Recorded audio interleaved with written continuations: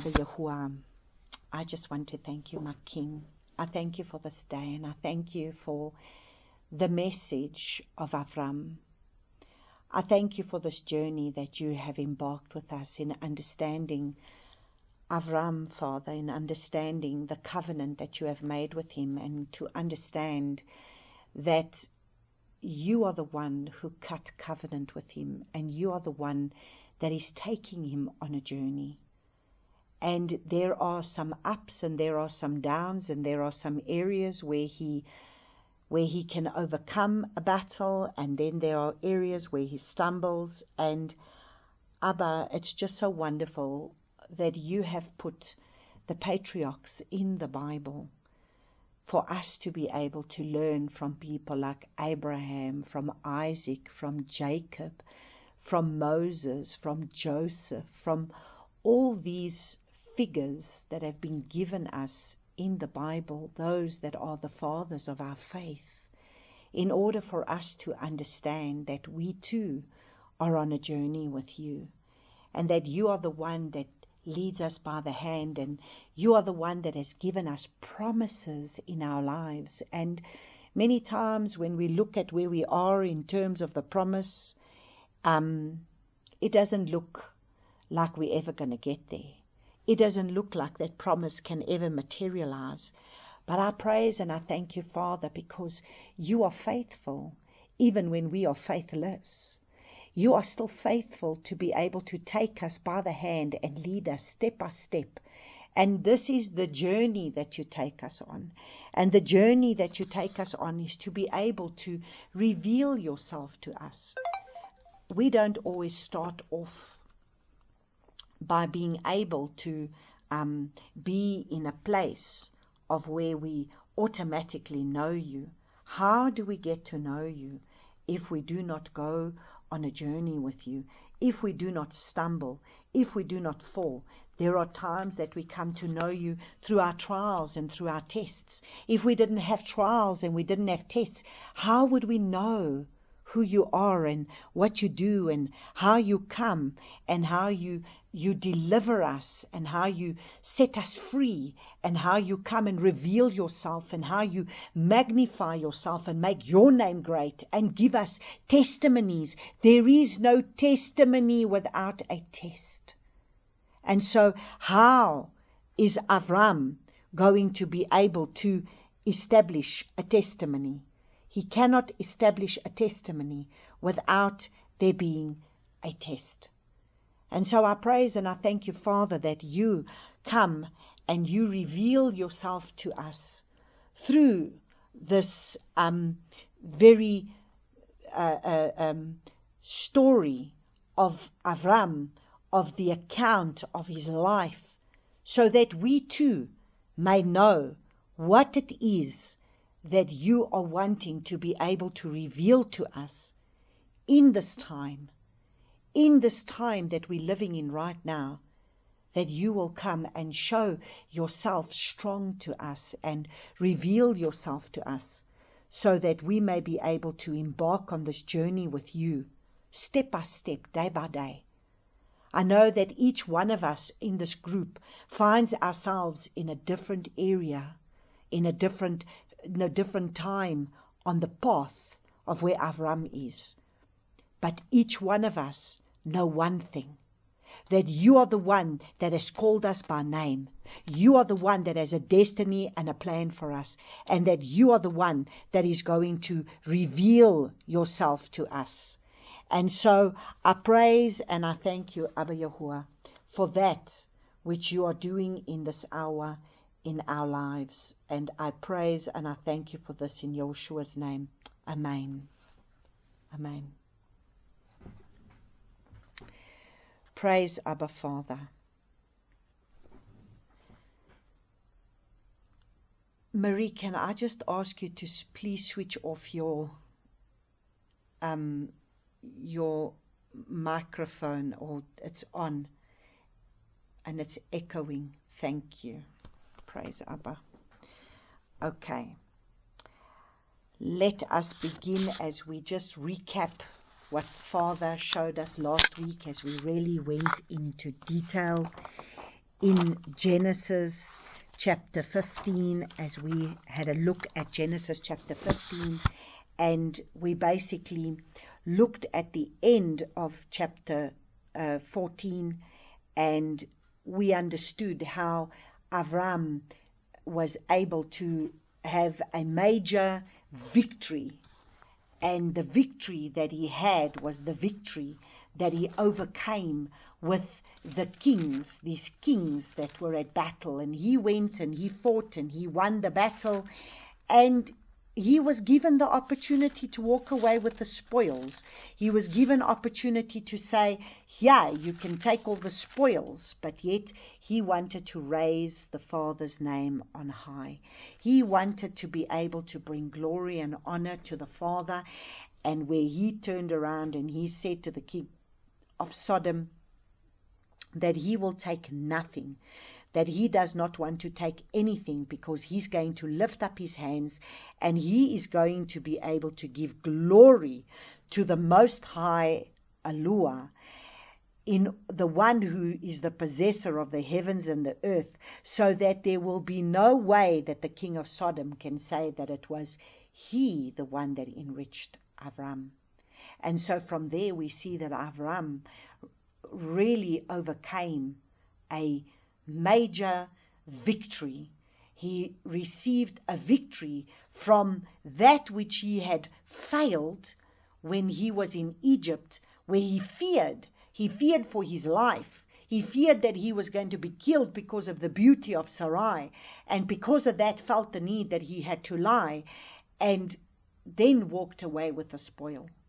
But in this case, with 380 men, he goes to battle, wins a battle, and now is exalting Abba Yahuwah's name. How powerful is that? And now he's got confidence, and he has seen exactly what Abba Yahuwah has done with 318 shepherd men. He goes to battle and is able to win a battle.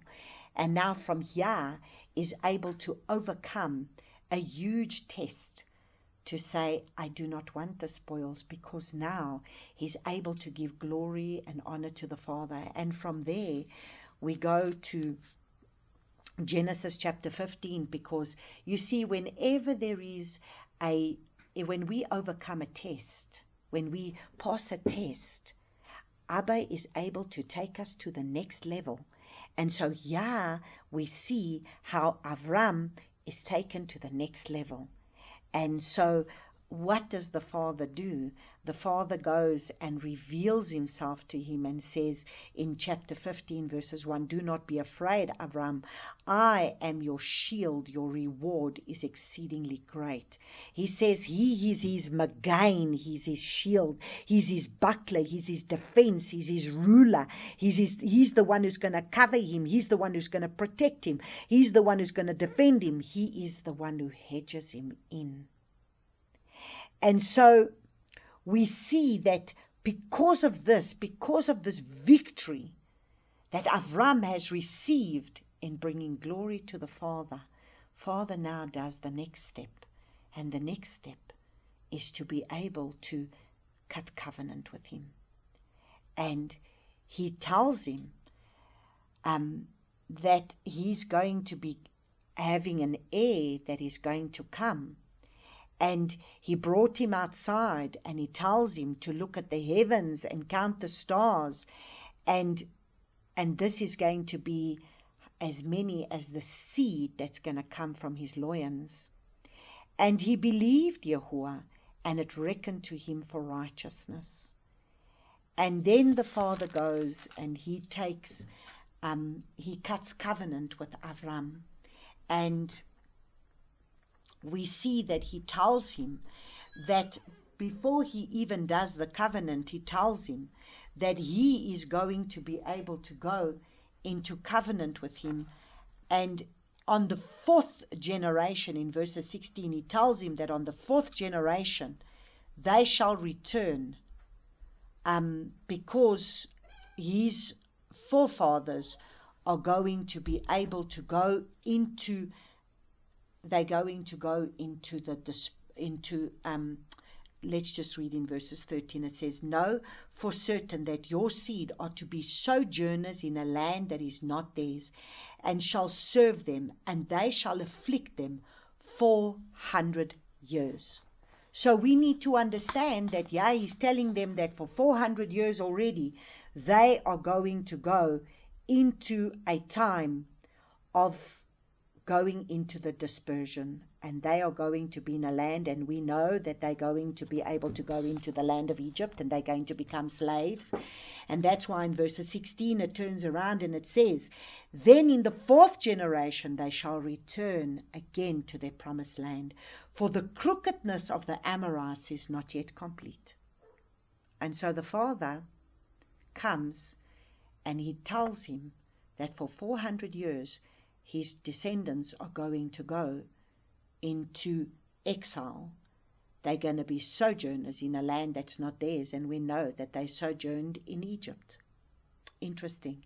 The very land where Avram went to when he feared because there was a famine, and he went into Egypt and brought back the spoils because of his beautiful wife. And he tells him now that he's going to be there they're going to be there for 400 years, and then they shall return. And because of the crookedness of the Amorites, now how merciful is the Father that he gives the Amorites 400 years to repent, and yet after 400 years they still did not repent because of their arrogance and their pride. And then we see that in verses 18 he makes a covenant with Avram, saying, "I have given this land to your seed from the river of Mitzrayim to the great river of Euphrates." So we actually get a glimpse of how big the land of Eretz Israel really is. The land of Eretz Israel is from the river Euphrates to the river Nile to Mitzrayim. That is how big the land is.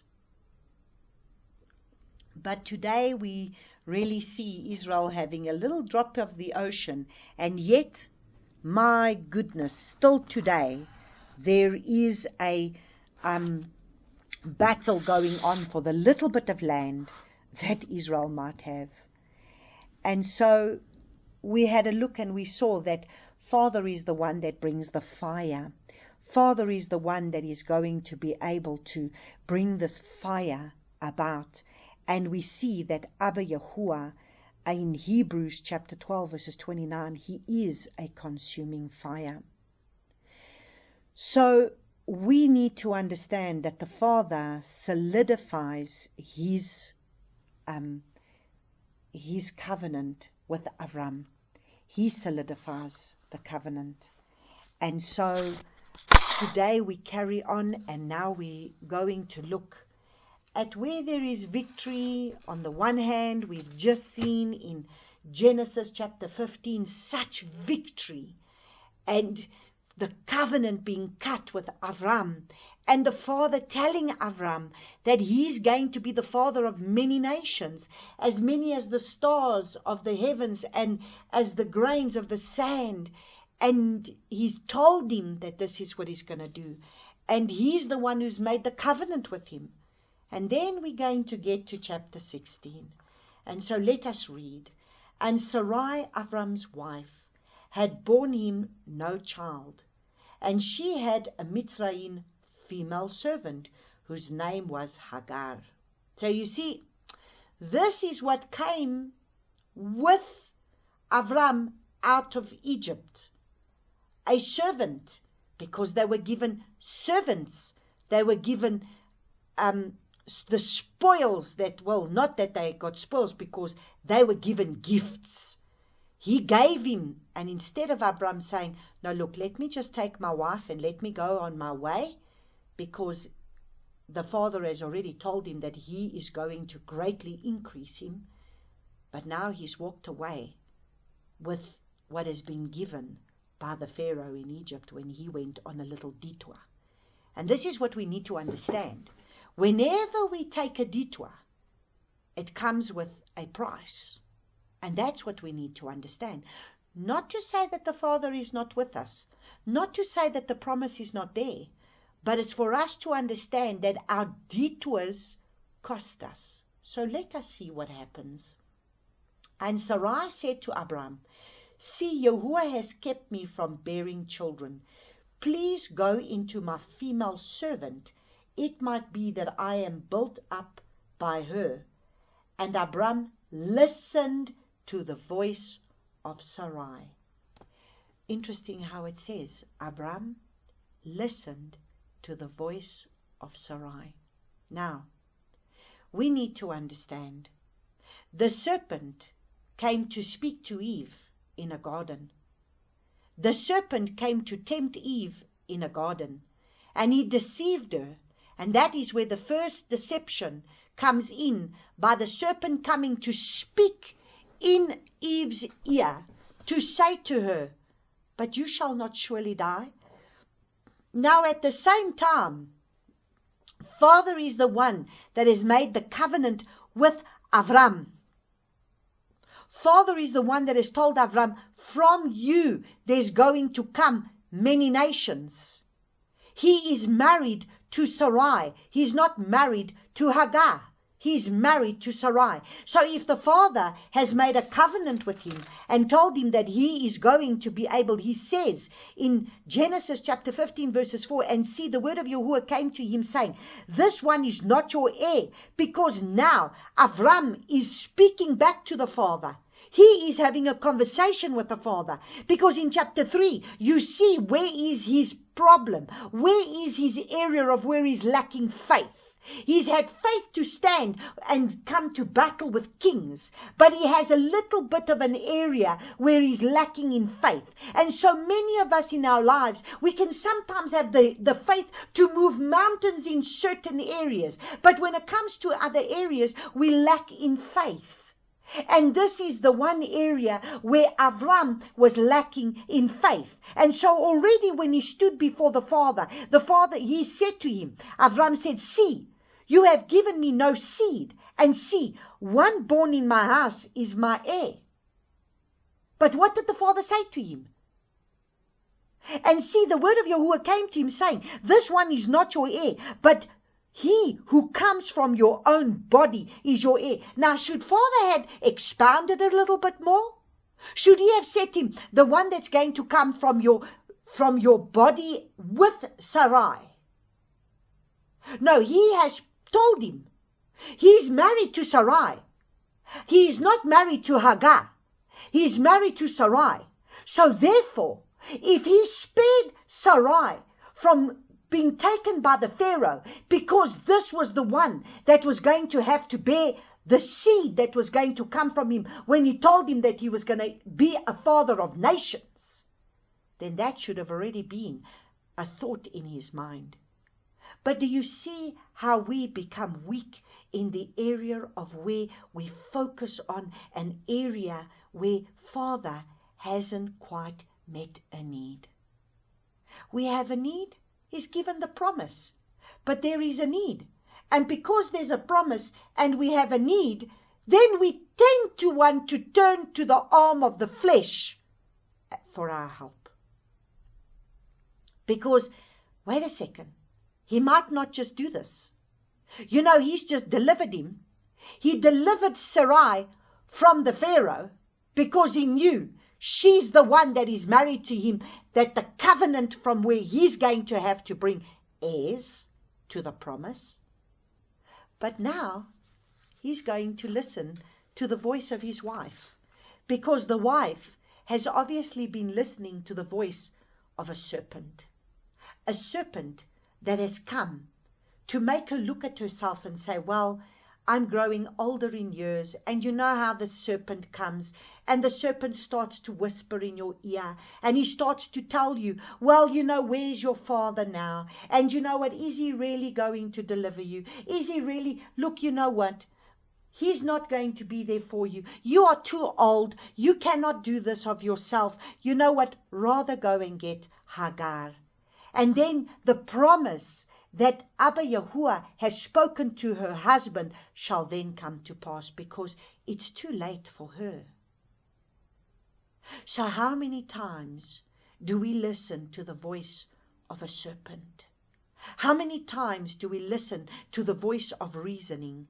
You see how dangerous it is to be able to allow ourselves to go into the place of reasoning in our minds. You see, Sarai is looking at her body and is reasoning in her mind to say, well, I cannot be the one that is going to be able to bear him a child because I have now become too old. So better I make a plan. You know, Father is not into plan B, is not into plan C. Father is into plan A. He knows what he's spoken, he knows what he said, and it's not for you to be the one to be able to bring it to pass. It's for him to be the one to be able to fulfill the promise. And that is what you need to understand. If he's given you a promise, he doesn't expect you to be the one to fulfill the promise. He is going to do it his way. But are we willing to be patient and wait? You see, because this is the problem. We are the ones that have a problem. And this is why in Isaiah chapter 40, let's go read in Isaiah chapter 40, because there is a word over here that he gives us that we need to be able to wait on him. But you see, we do not always want to wait on him. And we tend to just want to make our own plan because he's obviously is delaying and he's slow in fulfilling his word and his promise. But listen to what he says in Isaiah chapter 40 from verses 28. Did you not know? Have you not heard the everlasting allure?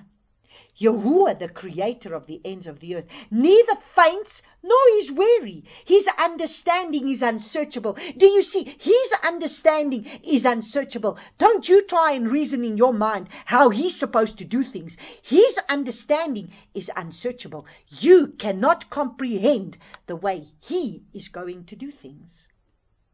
He gives power to the faint, and to those who have no might he increases strength.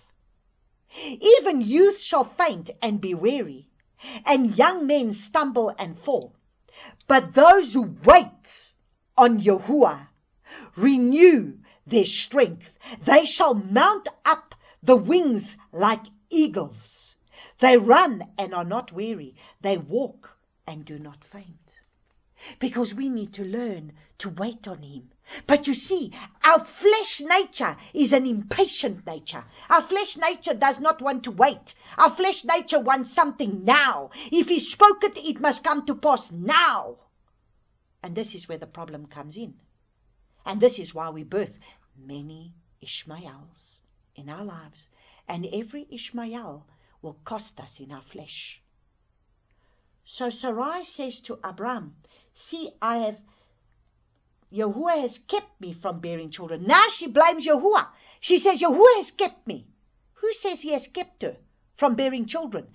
She thinks he has kept her from bearing children. But at the appointed time, she will have a child when he sees fit. But now she's saying he has kept her from bearing children because she's looking at her circumstances. So are you looking at your circumstances where you are right now and saying, well, Yahuwah's not going to come through for me. He said he would do it, but he's not going to do it. Because his timing is not your timing. His ways are not your ways. His thoughts are not your thoughts. And this is what we need to understand. And so Abram listened to the voice of Sarai.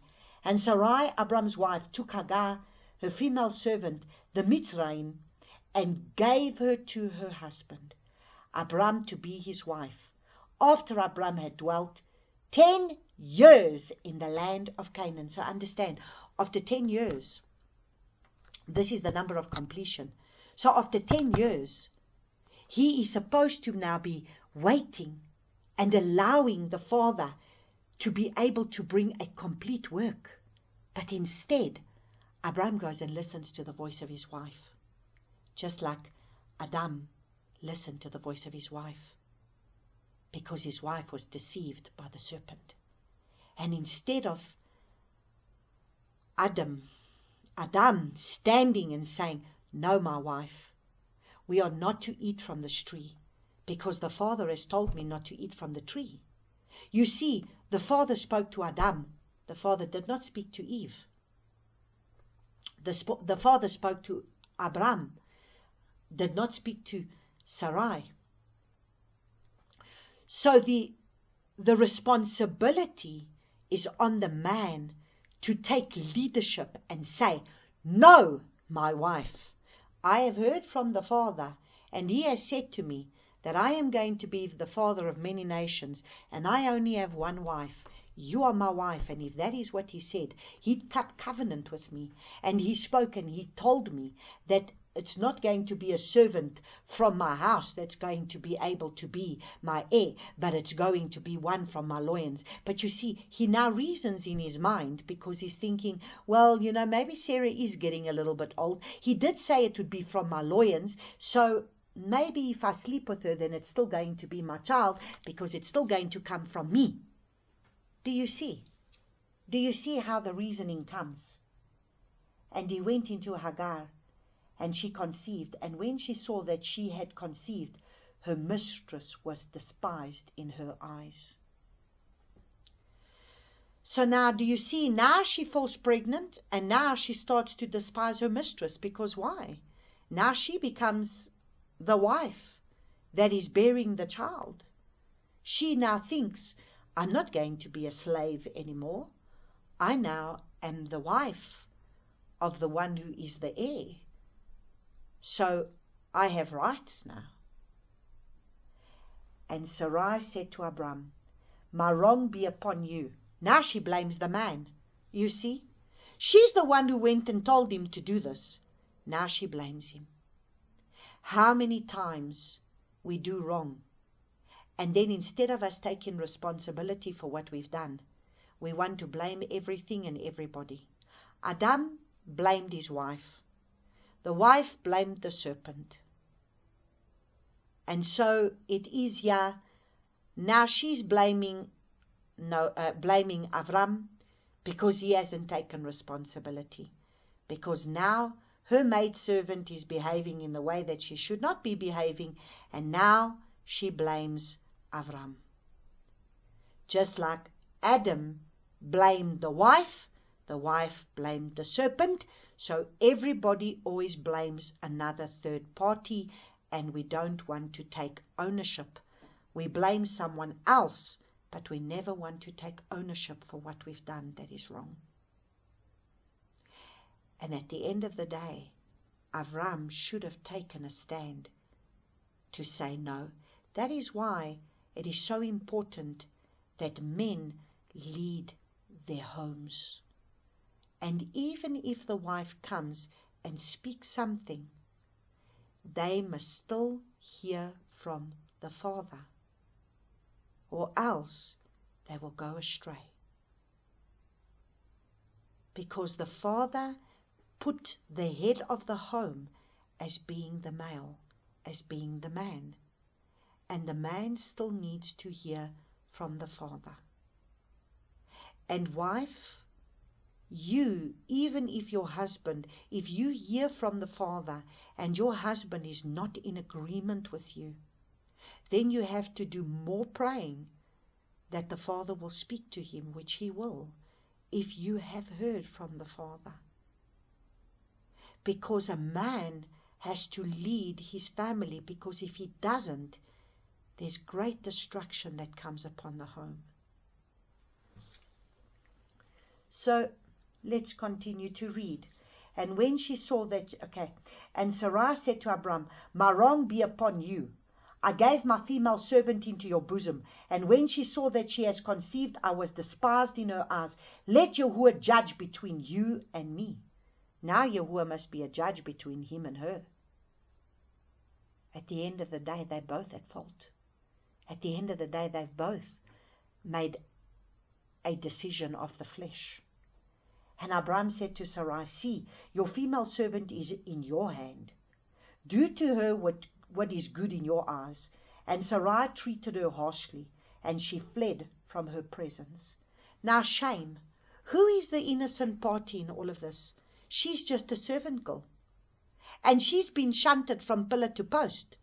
She's just a servant girl who came with them. She came with them she was told to leave her family, her friends, everyone that she had that was in Mitzrayim, and join this family and be part of this family. And she has been a servant. And now, because she's a servant, she needs to obey instruction. And what did she do? She didn't do anything.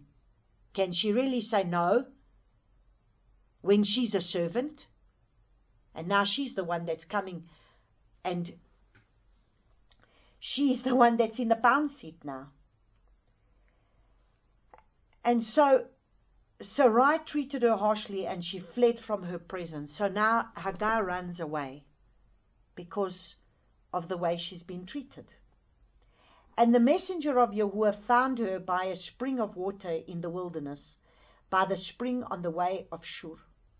And he said, Hagar, Sarai's female servant, where have you come from, and where are you going? And she said, I am fleeing from the presence of Sarai, my mistress. And the messenger of Yahuwah said to her, return to your mistress, and humble yourself under her hand. So you see, this is where Hagar had gone wrong. Even though Hagar was the servant, and she's done what she needed to do, she was obedient to do what she needed to do.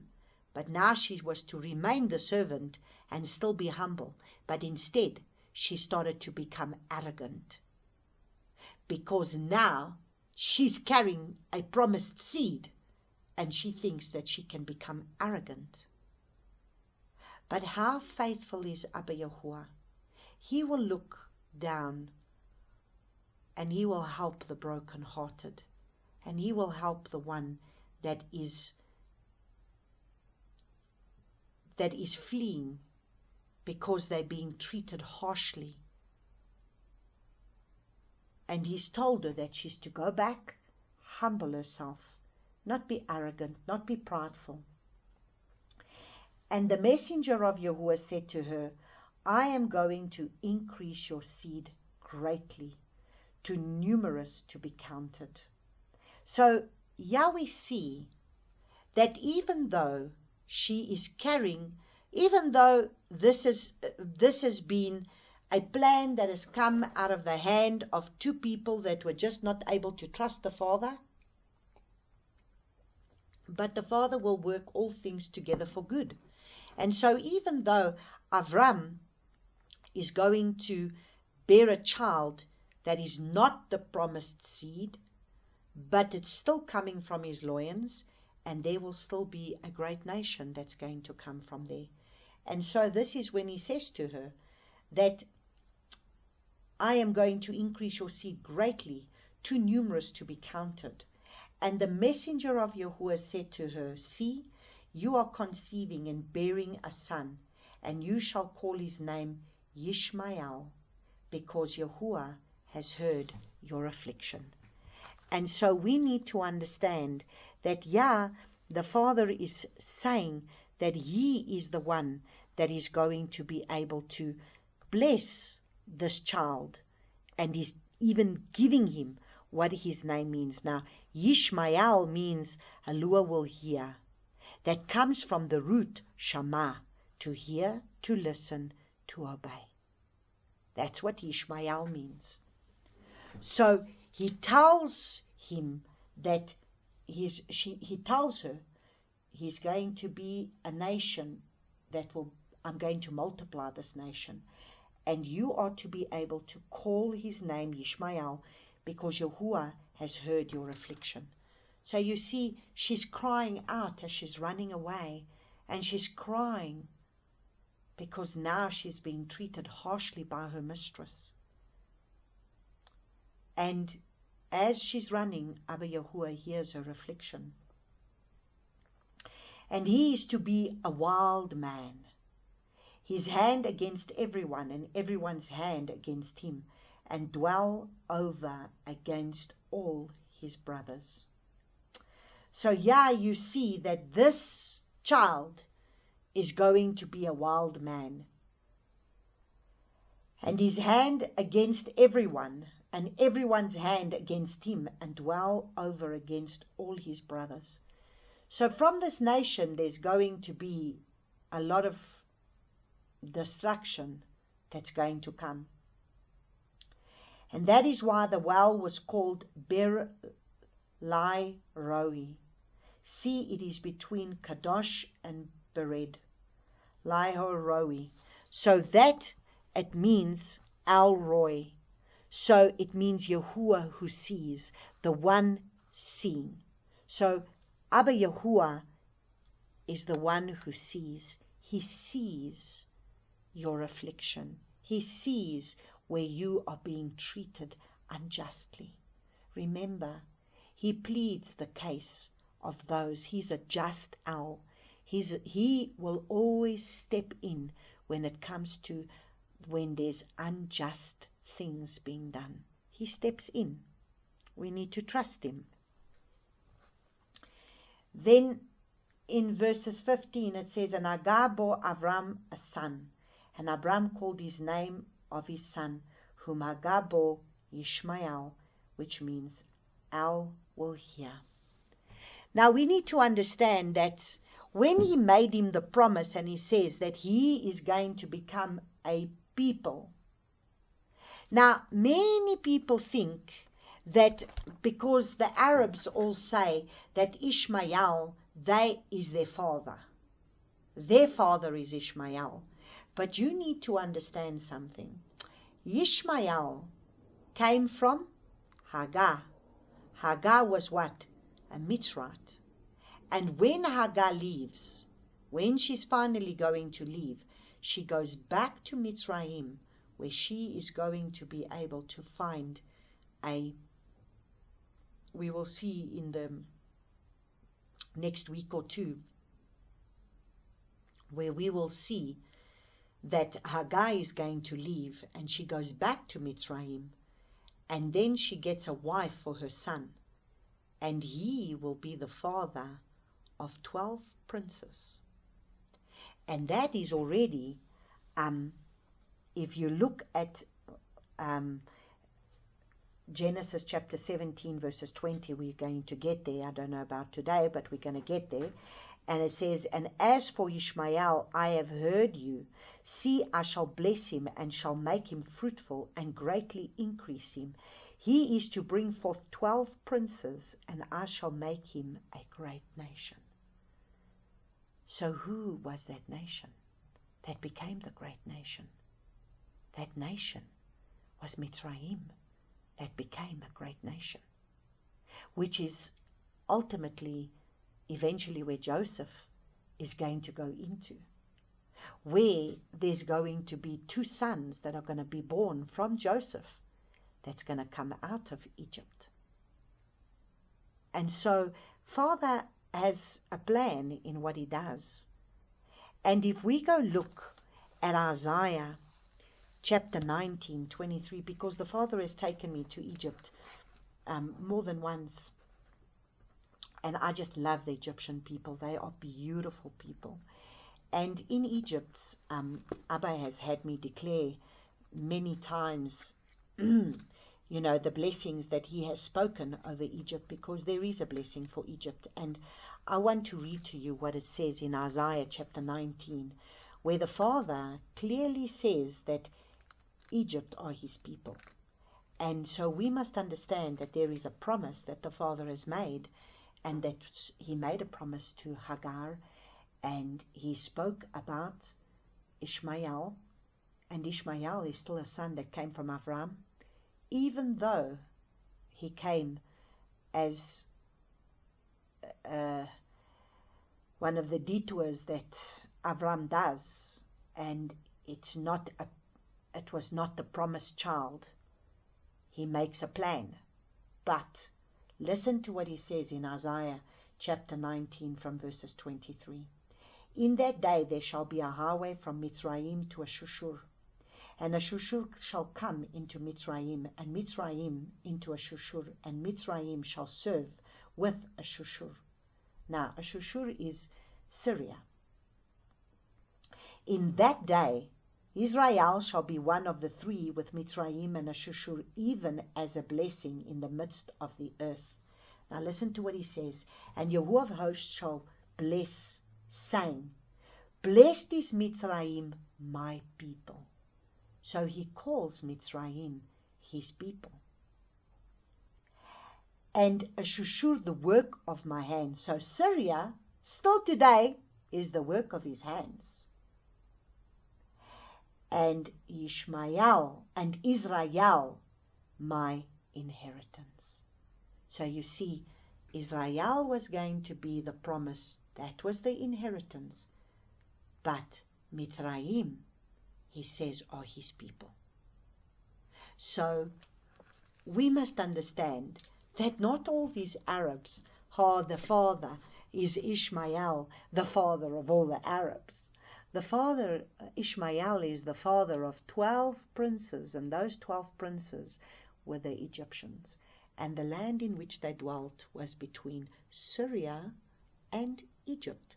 That was the land in which he dwelt, which we will look at later on. So let us continue to read. And Avram was 86 years old when Hagar bore Ishmael to Abraham.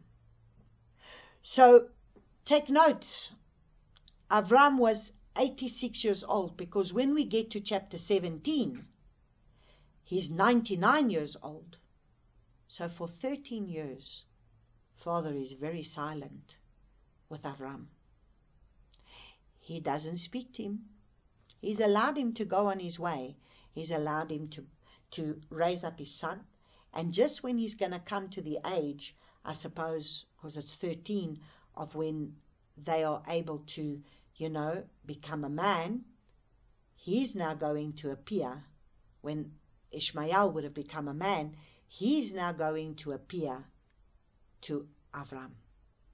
But for 13 years, from the age of 86, when he bore Ishmael, until the age of 99, there's been silence on the father side. So sometimes our disobedience brings a silence from heaven. Sometimes our disobedience, I always say to people, Father will not take you past your last disobedience. So we can be praying and praying and praying and wanting the Father to answer this thing where we are now, but meantime, behind the scenes, He's not going to take you past your last disobedience. He's got to take you back to where you disobeyed and get back on track again. Now let's look at chapter 17. And it came to be, when Avram was 99 years old, that Yahuwah appeared to Abram and said to him, I am El Shaddai. So you see, why does he now tell him, I am El Shaddai? Why El Shaddai? Now he appears to him in a different name. And he appears to him as El Shaddai. Why El Shaddai? Because El Shaddai means the Almighty Yah. I am the Almighty Yah, the most powerful, the all-sufficient one. I am the all-sufficient El Shaddai, the all-sufficient one. I am the one that you needed. I was the only one that you needed. I am the Almighty Yah. I am the Almighty El. You didn't need to be able to take matters into your own hands. I am all that you need. I am the all-sufficient El, the one that you need. I am the only one that you need.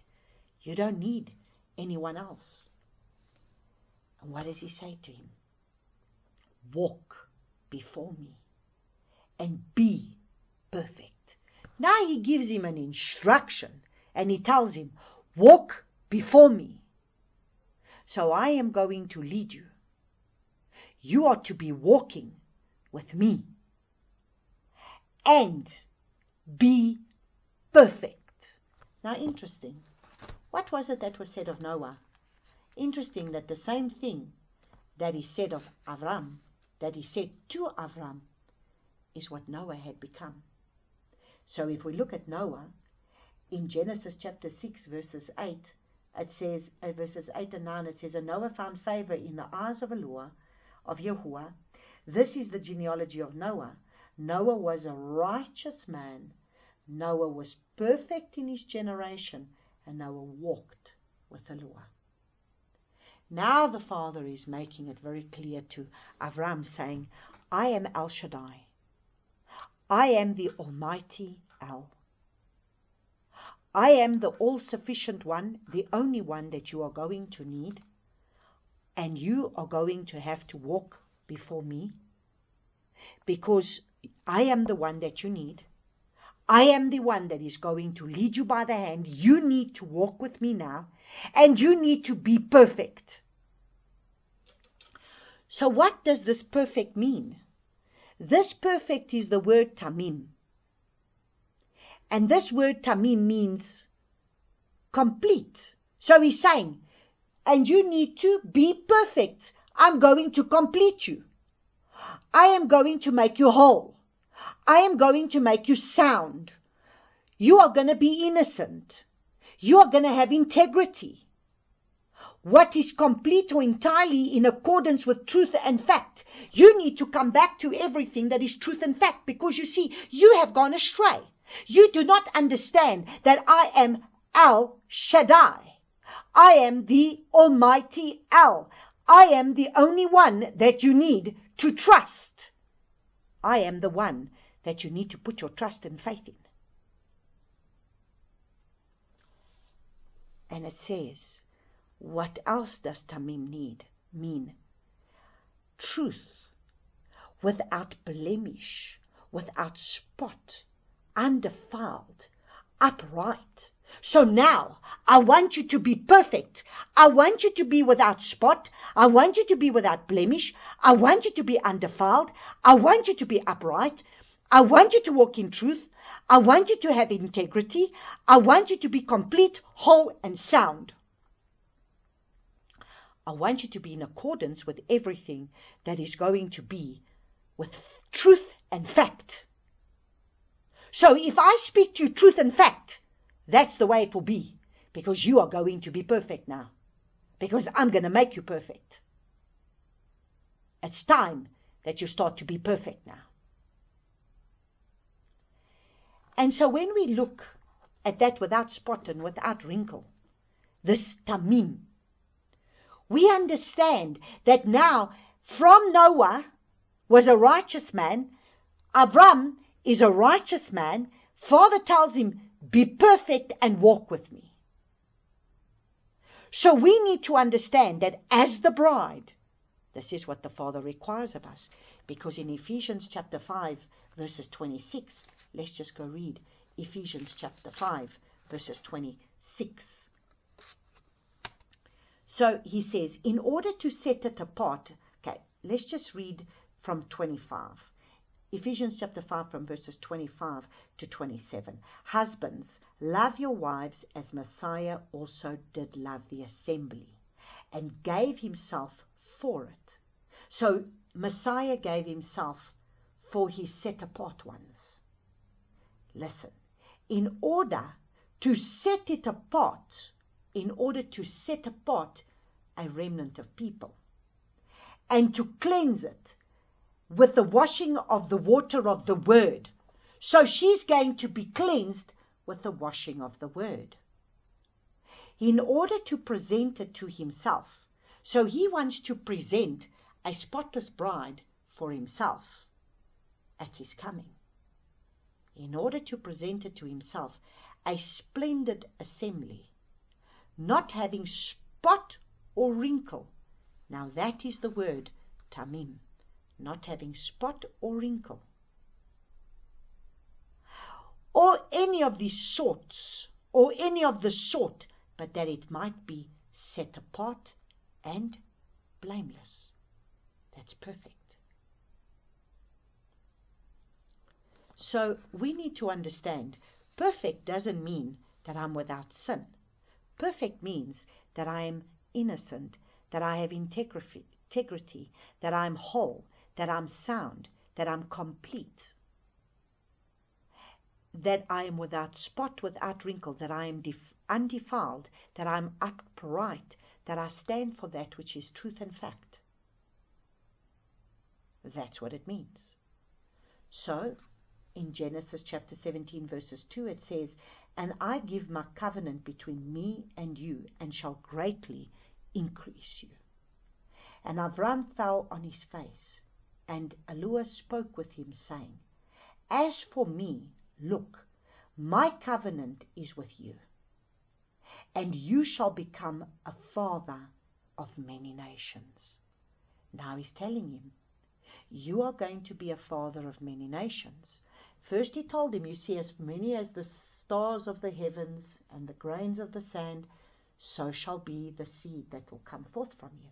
Now he's telling him, you are going to be the father of many nations. So you're not just going to be made up of one nation, you are going to be made up of many nations. And I shall make you exceedingly fruitful, and make nations of you, and sovereigns shall come from you. So there's going to be kings that's going to come from you. And I shall establish my covenant between me and you, and your seed after you, in their generations, for an everlasting covenant, to be a lure to you and your seed after you. So I'm going to make a covenant with you, and that covenant is going to stand between me and you, and that covenant is going to stand with your seed, and for your seed and the generations from there, that covenant will be able to stand. And I shall give to you and your seed after you the land of your sojournings, all the land of Canaan, as an everlasting possession, and I shall be their Allah. And Allah said to Abram, "As for you, guard my covenant, and you and your seed after you throughout their generations."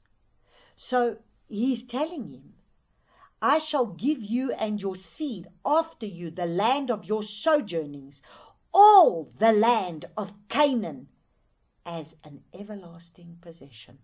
All the land of Canaan, not the drop in the ocean, that is the land of Israel now, but all the land of Canaan, from the river Euphrates to the river Nile. And that is why this that we see now is not the fullness of the promise. The fullness of the promise is still coming. And so even though Israel has become a nation, that is not the fullness of the nation that needs to be, that was given to Abram. And so that is why the promise is still got to be.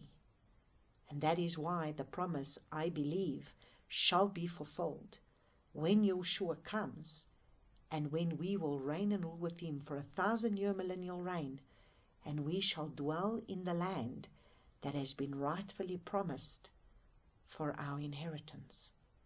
And he shall gather us from the four corners of the earth and bring us to the land of where we belong. Because we are not being prepared for heaven. We are being prepared to reign and rule with the King. We are being prepared to be able to enter into our promised land, because we are still in the wilderness right now. We are in our wilderness. We have not entered our promised land. But praise the Father, Father is getting ready to send forth Yeshua, our Messiah, to be able to come. And so he says, this is the covenant which you are to guard. So he says, now let's go look at verse 9. And the Lord said to Abraham, as for you, guard my covenant, and you and your seed after you. So where does he change his name? Because he changes his name. And I shall establish my covenant between me and you and your seed after you in their generations. Oh, verses 3. There we go. Verse 5. And no longer is your name, somewhere I missed this out, and no longer is your name called Abram, but your name shall be Abraham, because I shall make you the father of many nations. So here we see the father changes Abram's name from Abram, which means exalted father. My father is exalted, and that is what Abram did before the kings of Sodom. He exalted the name of his father, which means exalted one. It can also mean my father is exalted. It can also mean exalted one. The exalted one is my father. Now he changes his name to Abraham, Avraham, the father of a multitude, of the chief of multitude, or chief of multitude. So the father of a multitude. So it's the father of nations. And that is when he changes his name to Abraham. And he puts the hay. So what Father does, Father establishes his covenant with him. Father adds a hay. He puts a hay into the name, like Yud Hay, Vav Hay. There's two hays in Father's tetragrammaton of his name. And that hay is to behold, to reveal, to show, to breathe. So he's going to breathe into Avram and make him become Abraham. He's going to behold. Abraham is going to behold the one who is El Shaddai. And he is going to reveal himself through Abraham. So through Abraham, people are going to behold who Abba Yahuwah is. Through Abraham, people are going to be able to see and to be shown who Abba Yahuwah is. And through Abraham, Father is going to reveal himself. And people are going to behold who he is. And that is the hay of the breath of the Father that he's going to breathe into Avram. So this is where we will end tonight, and next week we will continue to look at this covenant that he's going to make as he has now confronted and appeared after 13 years, 14 years, because it would have been a year that Hagar would have, 9 months, Hagar was pregnant. So between 13 and 14 years, he has been very silent. And now, once again, he comes and reveals himself to Abraham now and says, I have established my covenant with you. I'm going to raise you up. You are going to be perfect. You are going to walk before me. I am going to make an example out of you. And from your loins, from you is going to be the promised seed. So thank you, Abba Yahuwah. I praise and I thank you for this word. I thank you for your word, Father. I thank you that you are so merciful and you are so gracious. Because even though we go astray and we stumble and we fall and we bump our head, you come back. You take us by the hand. You lead us. And you come and encourage us. And once again, you make your promises known to us of who you are, what you do, and what you want to do in our lives. Abba, please forgive us. Forgive us where we listened to the serpent. Forgive us where we listened to that serpent in our ear. That we allow the serpent to come and make our situations greater than who you are. And make us see the problem as opposed to seeing the victory. Make us see what is around us and make us look at our circumstances and magnify the circumstances above magnifying El Shaddai. Because you are El Shaddai. You are the Almighty El, the all-sufficient one, Yahuwah, our Creator, the Creator of heaven and earth. What is impossible with man is possible with you. If we learn to just wait on you, if we learn to trust you, if we learn to allow you to be the one to take us by the hand, and if you have given a promise, it shall surely come to pass, especially if it is you that has given the promise. Not what man speaks, not what man says, but what you say. And you will confirm your word constantly. How many times have you confirmed this promise to Avram? Now you breathe your breath in him. You give him your hay, for him to behold, for you to reveal and show him that you are El Shaddai. I pray, Abba Yahuwah, that you come and breathe in us your hay, so that we may behold your glory, so that we may reveal your greatness, reveal your glory to a dying world, so that we may be able to reveal who you are and the greatness and your magnitude and your strength and your might, and that you are the all-sufficient one, the one who sees us when we are in that time of need and trouble. And so, Abba Yahuwah, I just want to thank you for your word. Father, there's such hope in looking at Abraham's life, Father, such hope for every single one of us, and such hope in where we find ourselves in this world right now, that we are not to listen to the voice of the serpent and what the serpent speaks in what he's doing, but we are to be able to lift up our eyes to the hills, because where does our help come from? Our help comes from you, the Creator of heaven and earth. So I praise and I thank you for this message, Father, today. May your name be exalted on high, and may you be the El Shaddai in our lives. In Yeshua's name I pray this. Amen.